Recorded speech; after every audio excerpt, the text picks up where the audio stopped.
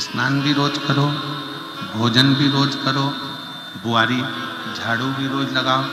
और शिव महापुराण की कथा कहती है, बाबा की कथा, शिव महापुराण, सत्संग प्रतिदिन करो, रोज करो, प्रतिदिन। उदर की तृप्ति के लिए भोजन रोज जरूरी है, प्रतिदिन जरूरी है। उसी तरह आत्मा की तृप्ति के लिए शिव महापुराण रोज जरूरी है, प्रतिदिन जरूरी है। ये रोज, प्रतिदिन।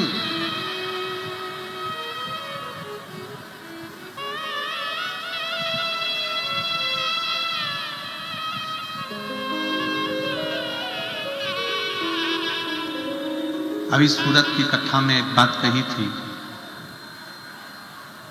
सूरत की कथा में एक बात बोली गई थी कि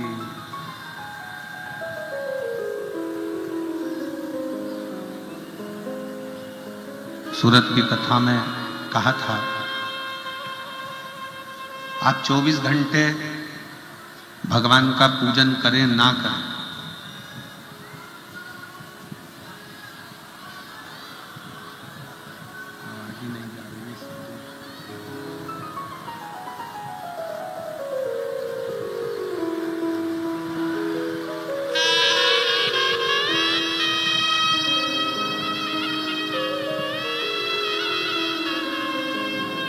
24 घंटे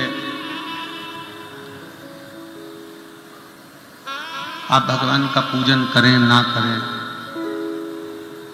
24 घंटे आप भगवान की भक्ति करें ना करें, पर शिव महापुराण की कथा कहती है कि 24 घंटे मेरे देव अधिदेव महादेव पर विश्वास पूरा करें तो बाबा आपका कार्य सफल जरूर करें।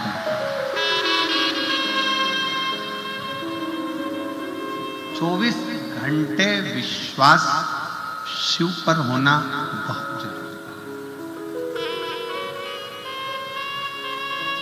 24 घंटे भगवान पर भरोसा होना बहुत जरूरी है।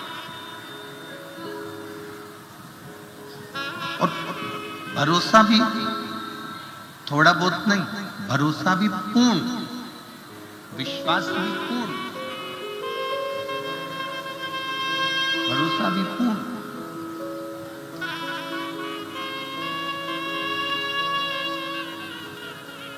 अब जितना भरोसा,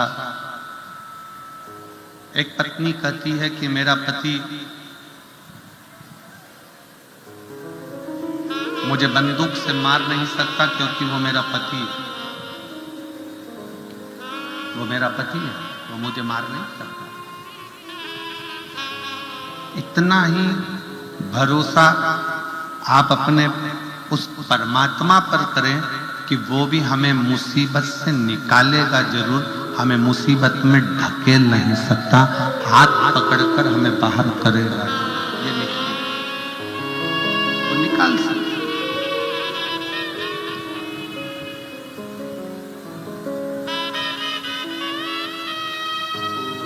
और मैंने तेरे भरोसे बाबा, तेरे भरोसे हवा पीछे उड़ती जागे बाबा, डोर तू छड़ीना कड़ी जागी।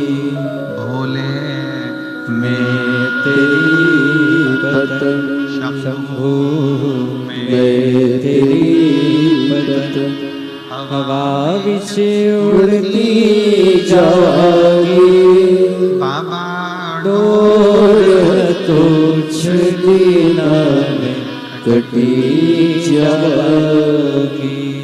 शिव कथा कर रही है, भगवान शंकर का संवाद कर रहा है, शिव महापुराण की कथा कर रही है कि शिव पर विश्वास 24 घंटे का रखो, भगवान शंकर पर भरोसा पूर्ण रखो। साइड करो ना भाई।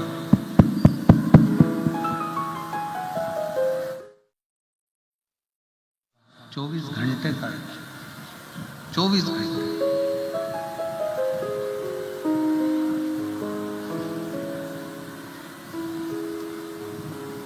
शिव का एक नाम विश्वास।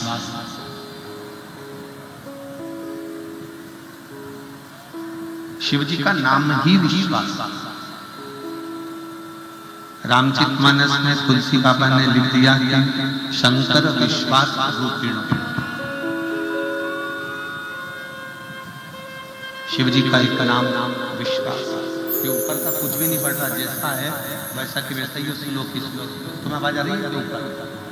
इसमें भी नहीं आ रही है कहीं।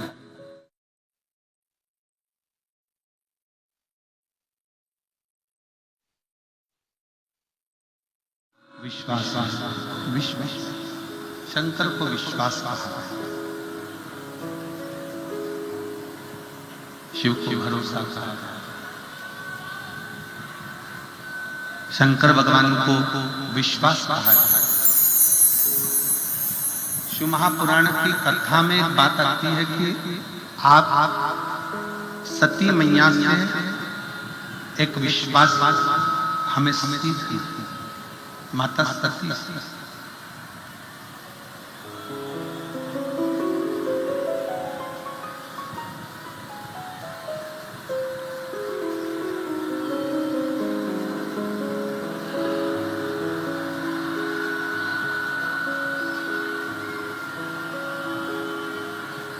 माता सती से हमको एक बात विश्वास की सीखना चाहिए, भरोसे की सीखना चाहिए।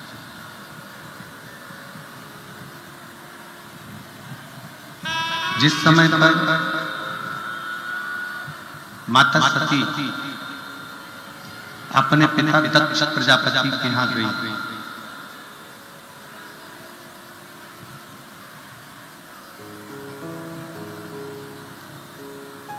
और माता सती जब अपने पिता दक्ष प्रजापति के यहाँ गई तो बीच मार्ग में देवऋषि नारद उनको मिले।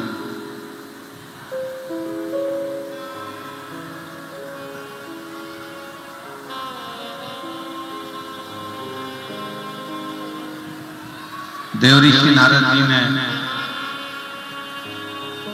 माता सती को देखा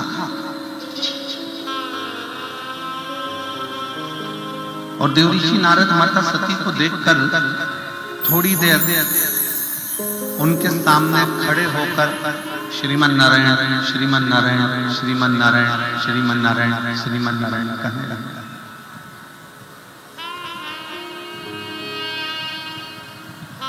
श्रीमन नारायण का उच्चारण करने लगे।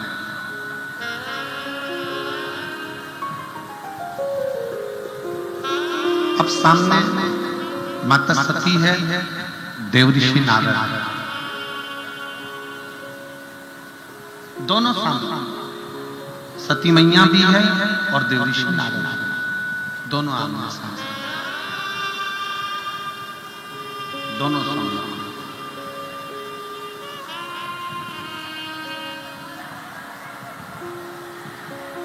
देवऋषि नारद जी ने माता सती जी से कहा, माँ आपको मालूम है कि आप अपने पिता के घर जा रही हो और शिव जी की आज्ञा नहीं है।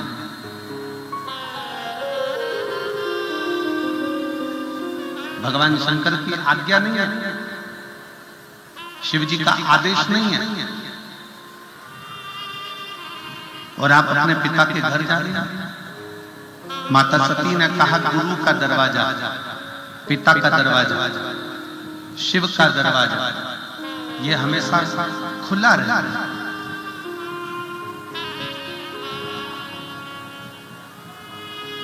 अपने पिता के घर में, अपने गुरु के घर में, अपने शिव के घर में बिना समय के भी जाया जा सकता है। पर मां शिव जी ने तो आपको रोका है, शंकर भगवान ने तो आपको रोका है, आपको नहीं जाना चाहिए। सती मैया देवऋषि नारद को जो उपदेश दे रही है वो एक विश्वास का उपदेश है।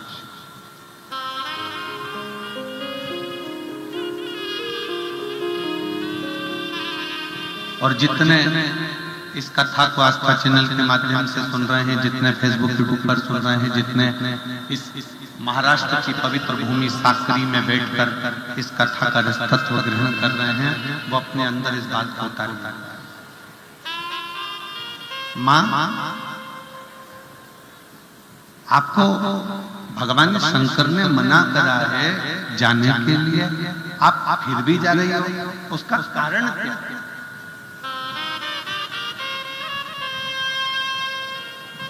जब पति ने मना कर दिया, पत्नी को नहीं जाना चाहिए। जब पति ने मना कर दिया तो जाने का क्रम ही नहीं, मत फिर क्यों जा रही? सती मैया ने देव ऋषि नारद जी से कहा, नारद जी, मेरे पति ने कामदेव को जलाकर भस्म कर, काम तो जल गया पर अहंकार व्यक्ति के भीतर रह गए। और मैं चाहती हूं कि मेरे पिता दक्ष प्रजापति के दिल में, उनके हृदय में जो अहंकार उनके मस्तक पर चढ़ा हुआ है, वो दुनिया में कोई नहीं तोड़ सकता है, केवल एक मेरे पति तोड़ सकते हैं। इसलिए मैं उस यज्ञ में जा रही हूं, जिससे मेरे पति उस यज्ञ में आकर मेरे पिता के अहंकार को तोड़ दो। और इसके लिए मुझे जलकर भस्म भी होना पड़े तो मैं जलने को तैयार हूं।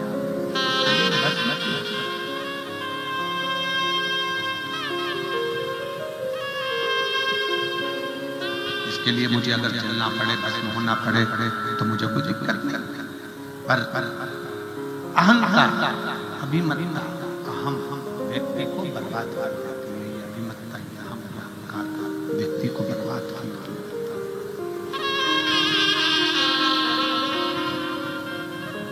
खूब कमाओ जिंदगी में, पृथ्वी पर जन्म लिया है, मना नहीं है, खूब कमाओ। तुम्हारे शरीर में जितनी ऊर्जा है, भगवान की कृपा ऐसी हो जाए कि वो ज्यादा ऊर्जा है और आप उससे ज्यादा कमाओ। पर एक निवेदन, कमाओ खूब, धन एकत्रित भी करो खूब, मना नहीं है। हम अगर मना कर भी देंगे तो तुम हमारी बात कौन सी सुनने वाले हो? कौन सा तुम नहीं कमाओ? कमाओ। तो हम ऐसी बात कर ही काहे कि तुम मत कमाओ, या कहीं तीर्थ में जाकर बैठ जाओ, साधु बन जाओ, सन्यासी बन जाओ, तपस्वी बन जाओ, या कहीं तीर्थ में जाकर बैठ जाओ। हम बिल्कुल नहीं कहेंगे। हम तो ये कहेंगे कि आप खूब कमाओ, रात दिन एक जैसा कमाओ, मना नहीं। पर निवेदन है, उस कमाई का धन तुम्हारे घर में आए, मना नहीं।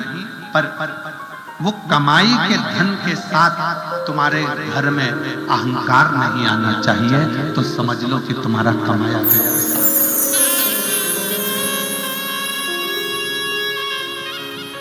तो समझो कि सार्थक। और यदि कमाई के धन के साथ में, धन तो बड़ा, संपदा बड़ी, धन संपदा के साथ साथ अगर घर के अंदर अहंकार आता चले गया, अभिमान आता चले गया, तो फिर बर्बादी का सिरा सम्मुख में होता है। बर्बादी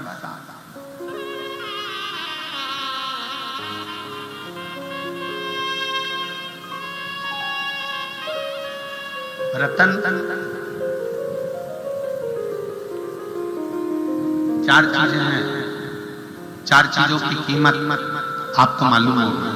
पहले नंबर पर है रतन, हीरा। दूसरे नंबर पर है सोना। तीसरे नंबर पर है चांदी। चौथे नंबर पर है तांबा। इसमें सबसे कीमत वाला कौन सा?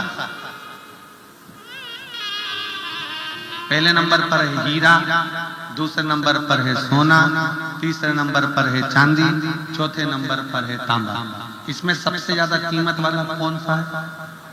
जम के बोलो जरा। हीरा, रतन।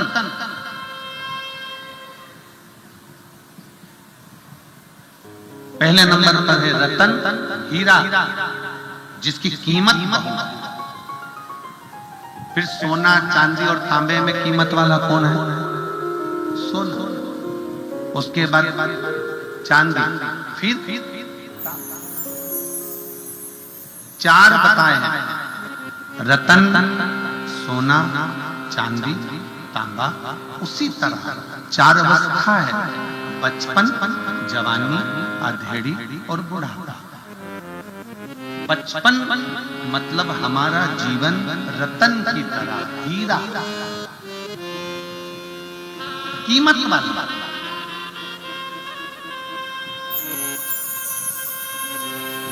एक बचपन की कीमत भी समझो।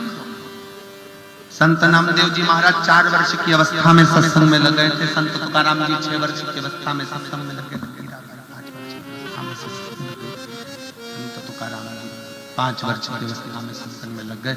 मीराबाई 5 वर्ष की अवस्था में सत्संग में लग गई। कर्माबाई 6 वर्ष की अवस्था में सत्संग में लग गई। एक बाल्य अवस्था में जो सत्संग किया गया वो रतन जैसा।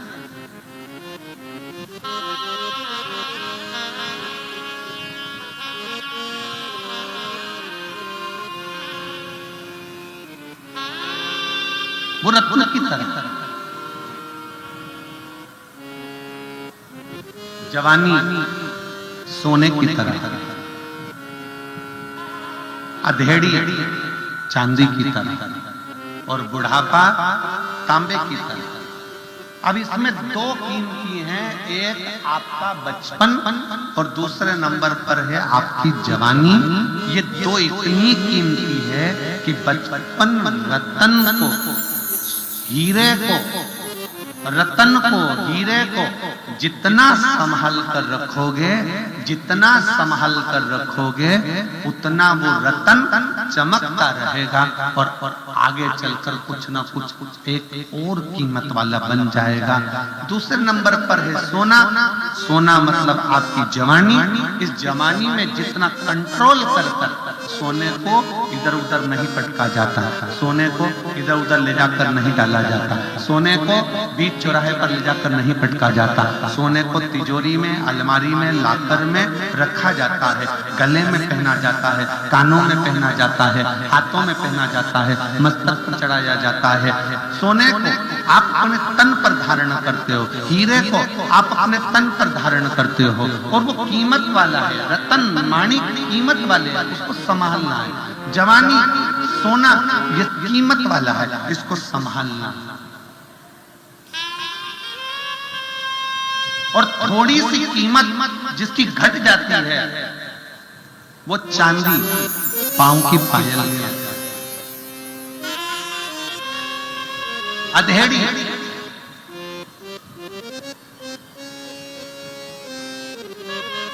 घटती जा रही, कीमत घटती जा रही। फिर आ गया बुढ़ापा, तांबा, और कीमत घट गई। आप अपनी कीमत मत प्रबल करें।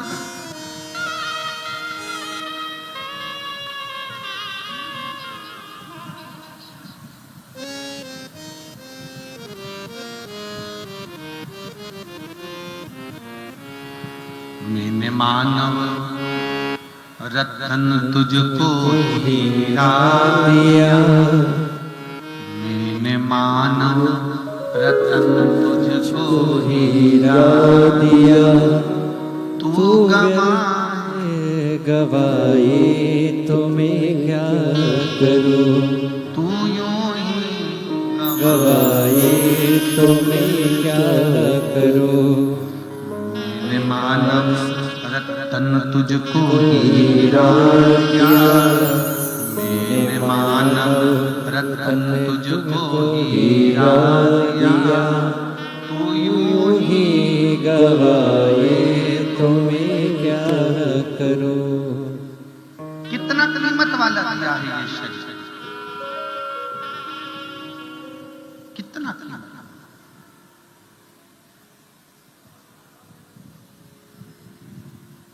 लोग कहते हैं हम भिखारी, लोग कहते हैं हम गरीब, लोग कहते हैं हम दरिद्र। शिव महापुराण की कथा कहती है, मेरा शंकर जिसको भी पृथ्वी पर जन्म देता है कभी उसको भिखारी बनाकर पैदा नहीं करता, उसको करोड़पति बनाकर पैदा करता है।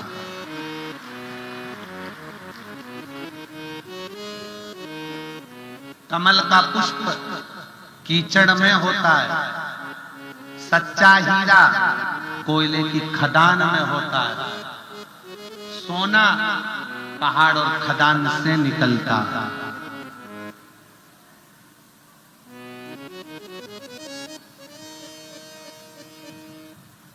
कोई कहे कि हमें भगवान ने गरीब बनाकर पैदा कर दिया, नहीं, मेरा परमात्मा कभी गरीब बनाकर पैदा नहीं करता। गरीब है आपकी सोच।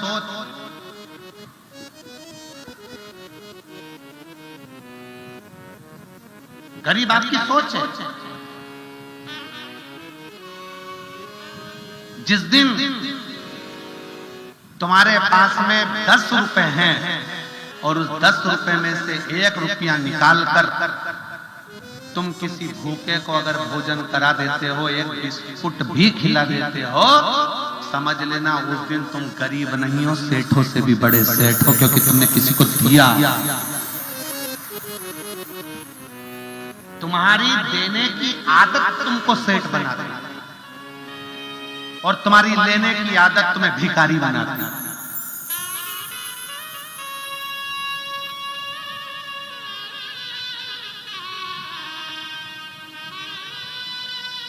पहले के भोज में और आज के भोज में जमीन आसमान का अंतर है।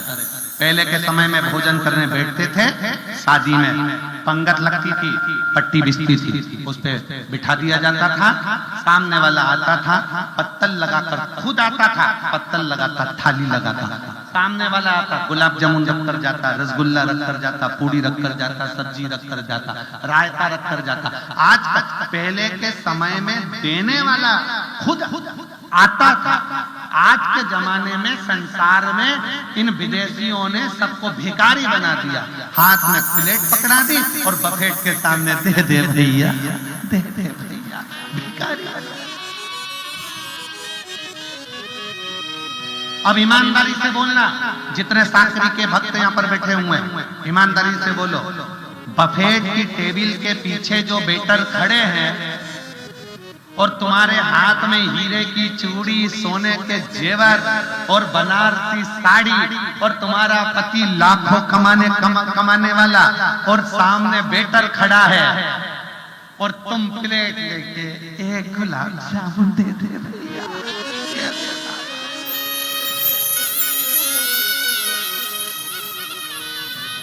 अब ईमानदारी से बोलना, तुम कितने भी करोड़पति हो पर तुम हम नहीं बोल, तुम कितने भी करोड़पति हो पर तुम उस स्थान पर भिक्षुक बन जाओ। और वो भले 500 रुपए में काम करने के लिए आया, उसके पास भले खाने के लिए कुछ नहीं है, तो भी सूट पहनकर अकड़ के साथ देता है, क्योंकि मैं अभी सेठ हूं, दे रहा हूं, तुम भी कुछ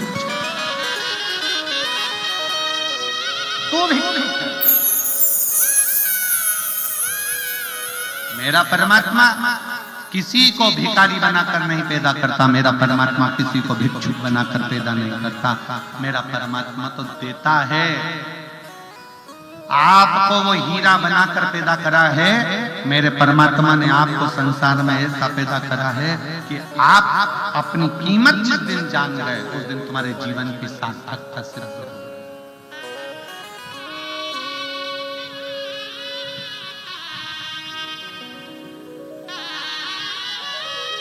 कई लोग कह देते हैं बात बात में, कई लोग लड़ाई झगड़े में कह देते हैं तू तो 2 कौड़ी का है।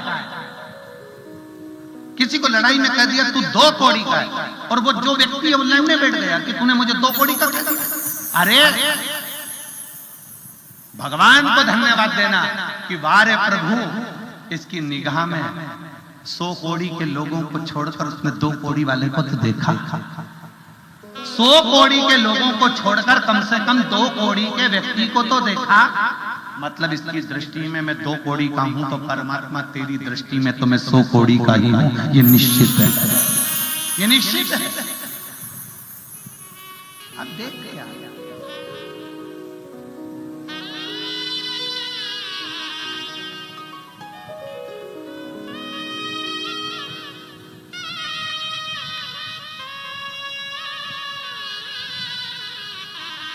मेरा शिव किसी को भिखारी बनाकर पैदा नहीं करता। मेरा शिव किसी को भिक्षुक बनाकर पैदा नहीं करता। मेरा शिव किसी को गरीब बनाकर पैदा नहीं करता।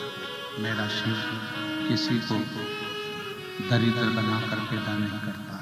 मेरा शिव सबको सेठ बनाकर पैदा करता है। सब सब सब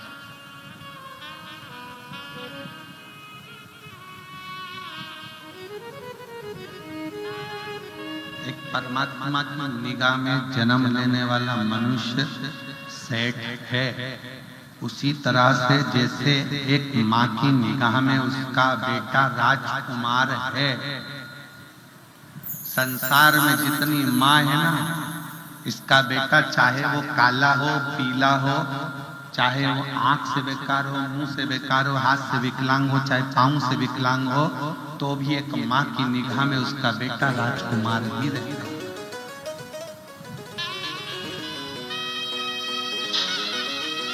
बोलो मेरी बीजियों, बचपन में आपने अपने बेटे को राजकुमार बोला कि नहीं बोला? अरे बोलो तो जम के, बोला कि नहीं बोला? कितने लाड़ से प्रेम से कहा मेरा बेटा राजकुमार बेटा, मेरा बेटा, मेरा राजा बेटा, मेरा राजकुमार बेटा, मेरा राजा बेटा। कितना प्रेम, कितना स्नेह।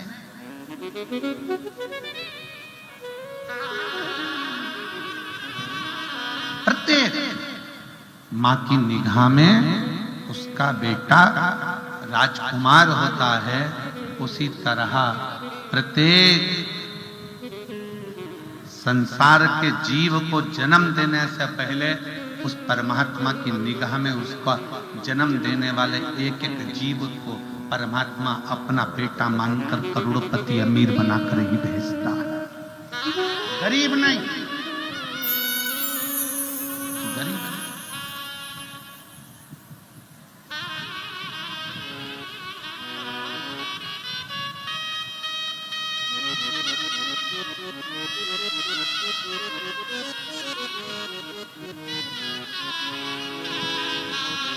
गरीब नहीं। आपके देने की सामर्थ्यता आपको सेठ बनाती है। आपको देने की सामर्थ्यता आपको सेठ बनाती है। यहां पर कई बुजुर्ग माताएं बैठी हैं जो रोज भंडारा करती हैं। यहां कई बुजुर्ग पिता बैठे हैं, कई बूढ़े बूढ़े लोग बैठे हैं जो रोज भंडारा करते हैं। बस अंतर है उनके भंडारे में और तुम्हारे भंडारे में। पहले के समय में हमारे घर की बुजुर्ग माताएं, बुजुर्ग पिता रोज का भंडारा करते थे। आटा सिका हुआ, उसमें शक्कर मिली हुई, छोटे से कागज में बांधकर उसको लेकर जाते थे। पीपल के पेड़ के नीचे इतना इतना सा आटा शक्कर बुरबुरा देते थे। चींटियों का भंडारा हो जाता था। पहले के माता पिता थोड़ा सा चावल, ज्वार, मक्का छत पर ले जाकर डाल देते थे। चिड़िया पक्षियों का भंडारा हो जाता था। पहले के बुजुर्ग माता पिता आटे की गोली बनाकर नदी तालाब में डाल देते थे, जिससे उन मछलियों का, जीवों का भंडारा हो जाता था। वो भले गरीब होते थे पर भंडारा रोज करते थे। आज के सेठ से ज्यादा वो सेठ थे जो रोज किसी न किसी का भंडारा किया करते थे, प्रतिदिन करते थे। और यहां पर कई बुजुर्ग माताएं बैठी हैं, कई बुजुर्ग पिता बैठे हैं जो आज भी थोड़ा सा चावल लेकर जाएंगे, चिड़िया को डाल देंगे, पक्षियों को डाल देंगे, थोड़ी सी रोटी निकालेंगे, गौ माता को दे देंगे, एक रोटी का टुकड़ा कुत्ते को दे देंगे, थोड़ा सा भाग निकलेगा, कोई मीठा होगा घर में बचा हुआ तो पीपल के पेड़ के नीचे, बड़ के पेड़ के नीचे, नीम के पेड़ के नीचे छोटी छोटी जो चींटियां होती हैं उन जीवों को डाल देंगे। अपने आप में वो दान धर्म कर कर ये समझ लेते हैं कि हमने कुछ कर लिया, और कर लिया बहुत है।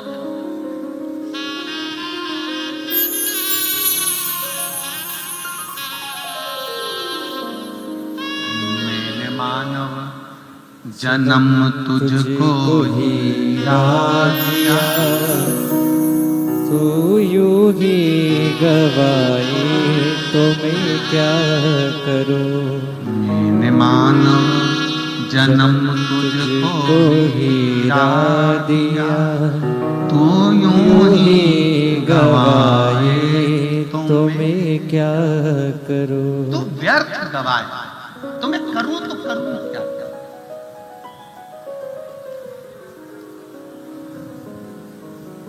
बचपन कीमती है, जवानी कीमती है, संभाल लो उसको। सती, माता सती से देवऋषि नारद कह रहे हैं, मां आपके पति ने मना किया है आपको, पर आप जा रही हो। आपके पति मना कर रहे हैं और आप जा रही हो मां। सती माता कहती हैं कि मेरे पिता के अहंकार को समाप्त करवा दो।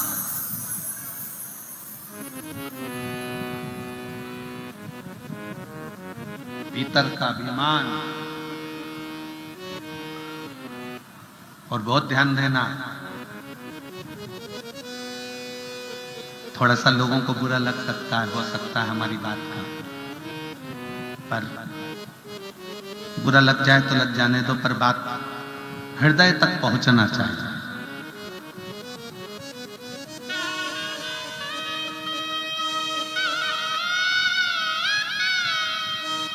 ससुराल का अभिमान दामाद तोड़ देता है और दामाद का अभिमान ससुराल तोड़ देता है।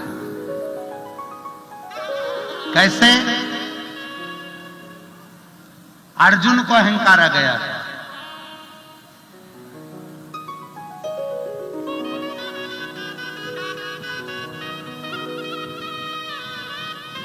और अर्जुन को इतना ज्यादा अहंकार आ गया था कि भगवान कृष्ण ने अर्जुन को उसके ससुराल भेज दिया। जा 2-4 दिन जरा ससुराल लेकर आ जा। जाते जाते भगवान कृष्ण ने कह दिया 2-4 दिन में मत आना, कम से कम 2 महीने में आना ससुराल। अर्जुन ससुराल गए। पहले दिन तो अर्जुन के लिए खाने के लिए 56 भोग आए, खूब सम्मान करा, दामाद दामाद दामाद दामाद कहकर। दूसरे दिन 56 भोग की जगह 36 हो गए, 36 से 25 हो गए, 25 से 15, 15 से 10, 10 से 5, 5 से 3, 3 से 2, 2 से 1। अब अर्जुन को आ गया गुस्सा। जैसे ही भोजन की थाली सामने आई और अर्जुन क्रोध में लाल हो गए। मैं तुम्हारे घर का दामाद हूं, मैं तुम्हारे घर का जमाई हूं, और मेरे भोजन की थाली में हस्तिनापुर में मेरे लिए 56 भोग लगते थे, तुमने केवल एक सब्जी, भाजी और एक रोटी, कोई मीठा नहीं, नमकीन नहीं, कुछ नहीं। ससुराल में साले ने, राजा द्रुपद ने कह दिया, महाराज इतने दिन रहोगे तो रोज रोज 56 भोग थोड़ी ना मिलेंगे। इतने दिन रहोगे तो रोज रोज 56 भोग थोड़ी ना मिलेंगे। महाराज जो भोजन में मिला है वो पाइए, वरना अपने घर जाइए। अर्जुन को क्रोध आ गया, मैं हस्तिनापुर का राजा और मेरा अपमान हो रहा है, मैं अर्जुन और मेरा अपमान। अर्जुन ससुराल से वापिस आ गए हस्तिनापुर में। भगवान कृष्ण शाम को मिलने के लिए अर्जुन से गए। अर्जुन भगवान कृष्ण के चरणों को प्रणाम कर कर जमीन पर बैठ गया और भगवान सिंहासन पर बैठ गए। रोज अर्जुन भगवान के साथ पास के सिंहासन पर बैठता था, आज भगवान के चरणों में बैठा। भगवान समझ गए कि ससुराल से आया है, समझ में आ गया जिसको ज्यादा गर्मी चढ़े उसको 2 महीने के लिए उसके ससुराल भेज दो, सारी गर्मी अपने आप निकल जाती है।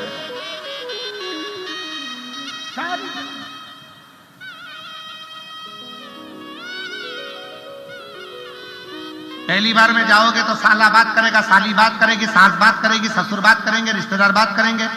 15-20 दिन रहते रहते ना साला बात करेगा, ना साली बात करेगी, ना ससुर बात करेगा, ना सास बात करेगी। धीरे धीरे धीरे धीरे सम्मान घटता चले जाता है। जिसको ज्यादा अकड़ है, जिसको ज्यादा गर्मी लगे, उसको भेज दिया जाए 2 महीने के लिए, 1.5 महीने के लिए चले जाए। और फिर निवेदन, बड़ा ध्यान देना महाराज, समझने वाला विषय है। संसार के लोगों के यहां रोज जाओगे तो धीरे धीरे धीरे धीरे तुम्हारा सम्मान घटता जाता है। और भोलेनाथ के दरवाजे पर रोज जाओगे तो धीरे धीरे धीरे धीरे तुम्हारा सम्मान बढ़ता जाता है, बढ़ता जाता है।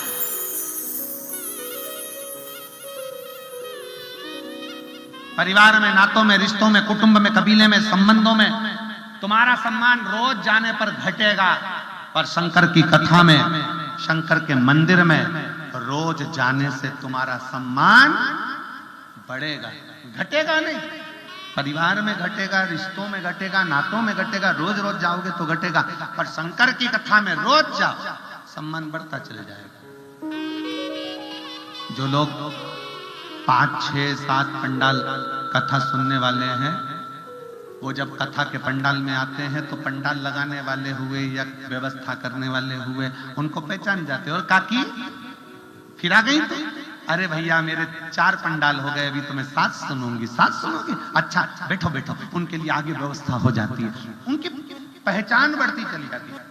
परिवार में, रिश्तों में, नातों में, कुटुंब में, कबीले में रोज जाओगे सम्मान घटेगा। और शिव महापुराण में और भगवान शंकर के मंदिर रोज जाओगे, आपका आदर सम्मान बढ़ता चले जाएगा। पहले आप मंदिर जाना चालू करोगे तो आपका नाम कमला प्रसाद, लालू प्रसाद, राम प्रसाद, जो भी तुम्हारा प्रसाद तुम्हारा नाम से लिया जाएगा, लीलाबाई, कमलाबाई, बिमलाबाई नाम से। फिर रोज रोज मंदिर जाना चालू करोगे तो मोहल्ले के लोग तुम्हारा नाम रख देंगे, ये आ गई अनसुईया, ये आ गई सावित्री। फिर धीरे धीरे तुम्हारा प्रमोशन होगा, ये आ गई सीवर वाले महाराज की चेली।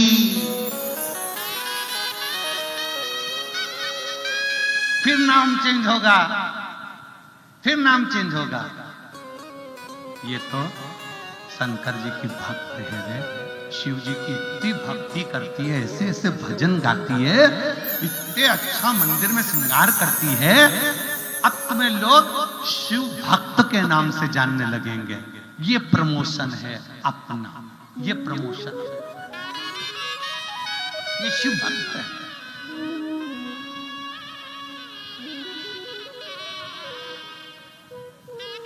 जाने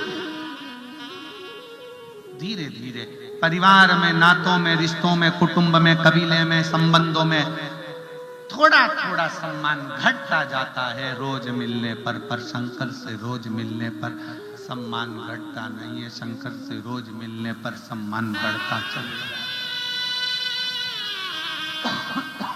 रोज बढ़ता, प्रतिदिन बढ़ता।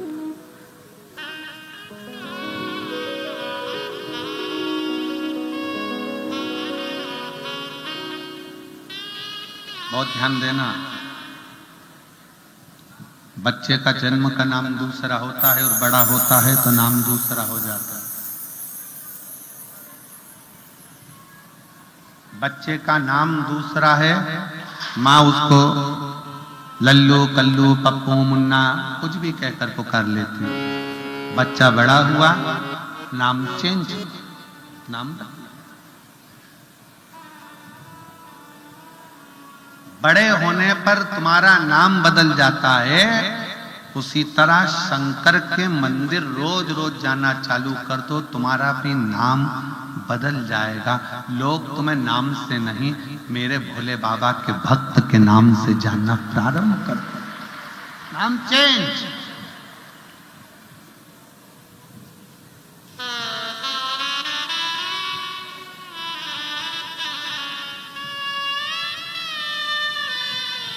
नाम बताना। सती मैया कर रही है, मेरे शिव एक विश्वास है।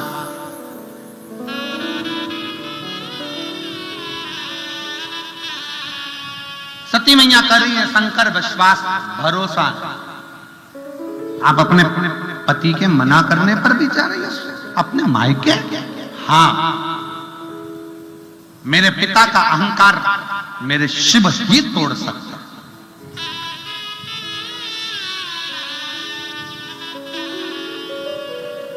अच्छा, आपसे हम एक बात पूछें, पूरी शिव महापुराण की कथा एक बार पढ़ के देखना, गीता प्रेस गोरखपुर की शिव पुराण लेकर आना, पढ़ के देखना। उसमें हमको ये जरूर बताना कि दक्ष प्रजापति और शंकर जी का कौन सा विवाद था जिसके कारण दक्ष प्रजापति शंकर भगवान का अपमान कर दिया।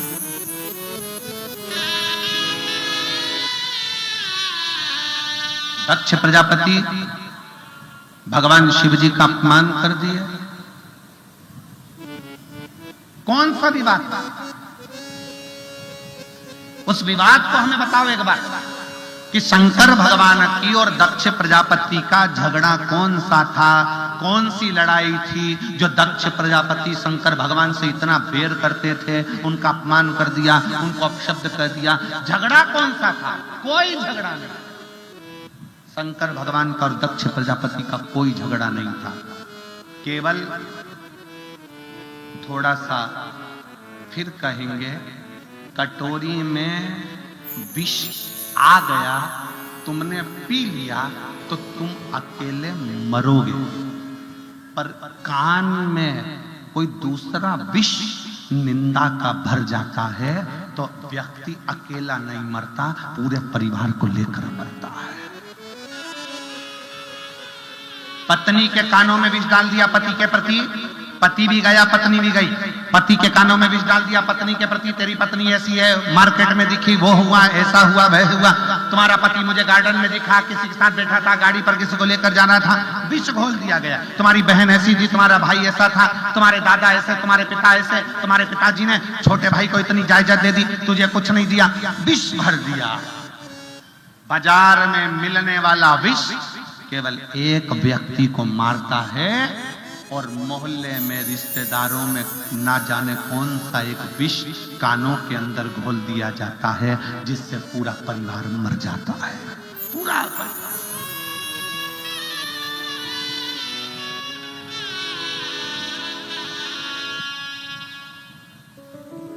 विष।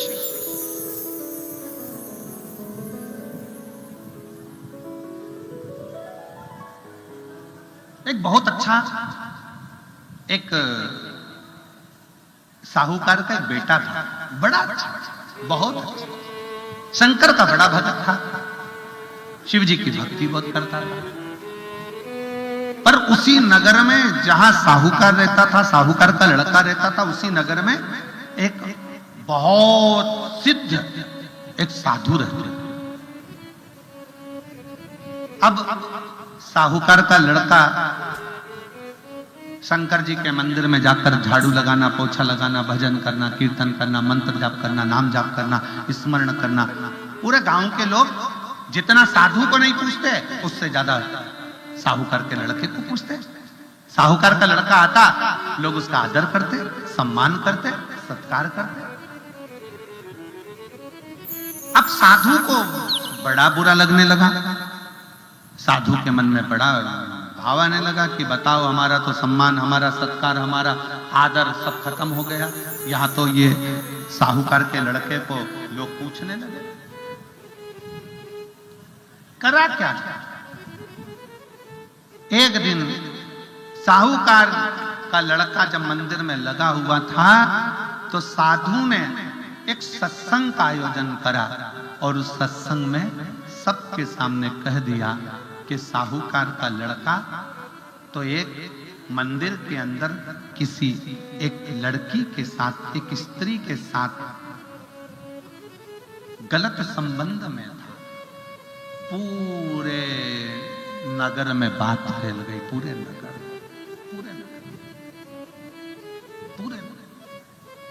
साहूकार के लड़के को लोग थू थू करने लगे, आदर देना बंद कर दिया, सम्मान करना बंद कर दिया, सत्कार करना बंद कर दिया, उसको बुलाना बंद कर दिया। साहूकार के कानों में खबर पहुंच गई कि मेरे लड़के के ऊपर इल्जाम लगा है। साहूकार की आंख में जल था तो बेटे ने पूछ लिया, पापा, पिताजी, बाबूजी, आप रो क्यों रहे हो? बेटा, तू मंदिर जाता है, अर्चना करता है, पर गांव के लोगों ने तेरे ऊपर इल्जाम लगाया है। गांव में जो साधु बाबा रहते हैं उन्होंने तेरे ऊपर इल्जाम लगाया है कि तूने किसी लड़की के साथ, किसी स्त्री के साथ गलत संग रखा। बेटा कहता है, बाबा, मैं अपने महादेव के जटा में जो गंगा है ना, उस गंगा का स्पर्श कर कर कहता हूं कि तेरा बेटा गलत नहीं है, गलत नहीं है।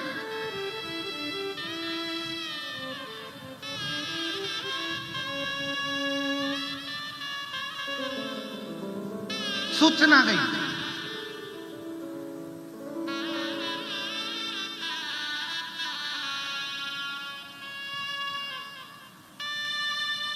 साहूकार का बेटा पहुंच गया पंचायत में, सरपंच के पास सूचना करी कि मैं गलत नहीं हूं, साधु ने मेरे ऊपर इल्जाम लगाया, सिद्ध करे साधु। सरपंच साधु को बोला, साधु, है साधु? हाँ जी। तुमने साहूकार के लड़के को जो बोला वो सत्य है क्या? शंकर के मस्तक पर जो गंगा रखी है उसका स्पर्श कर कर बोलना है। साधु ने मुस्कुराकर हंसकर कहा, नहीं।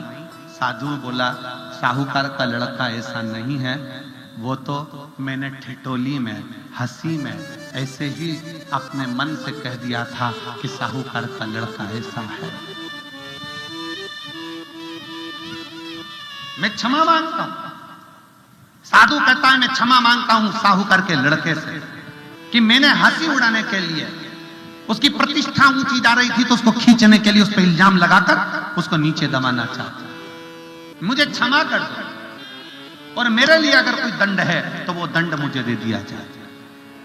सरपंच ने एक कागज बुलाया, उस कागज पर साधु से कहा, साधु, जो तुमने राजा के लड़के के लिए, साहूकार के लड़के को जो कहा वो सब चीज इसमें लिख दो।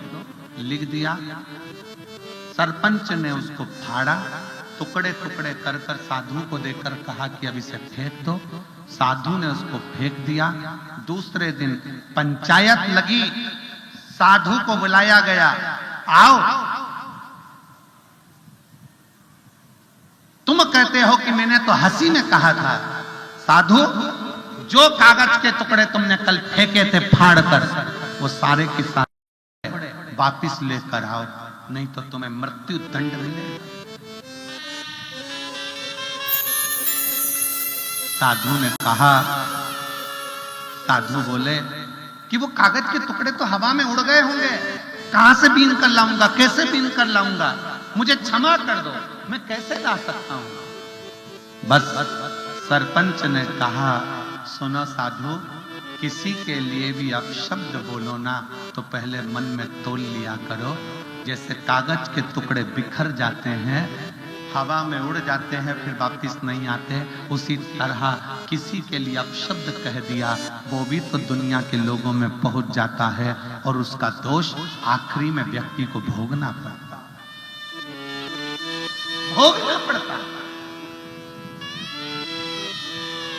अपनी जिह्वा से किसी को बदनाम करने से पहले, अपनी जिह्वा से किसी के लिए अपशब्द कहने से पहले, अपनी जिह्वा से किसी को आड़ा टेढ़ा कहने से पहले विचार करना कि मैं किसी के जीवन के साथ खिलवाड़ तो नहीं कर रहा।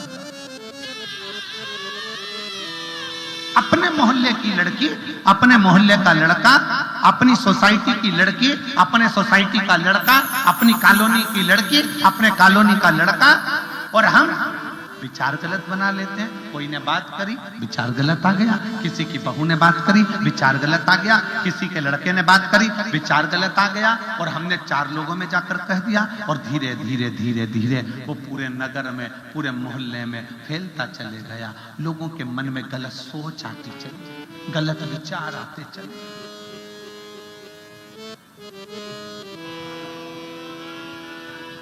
गलत सोच, गलत विचार,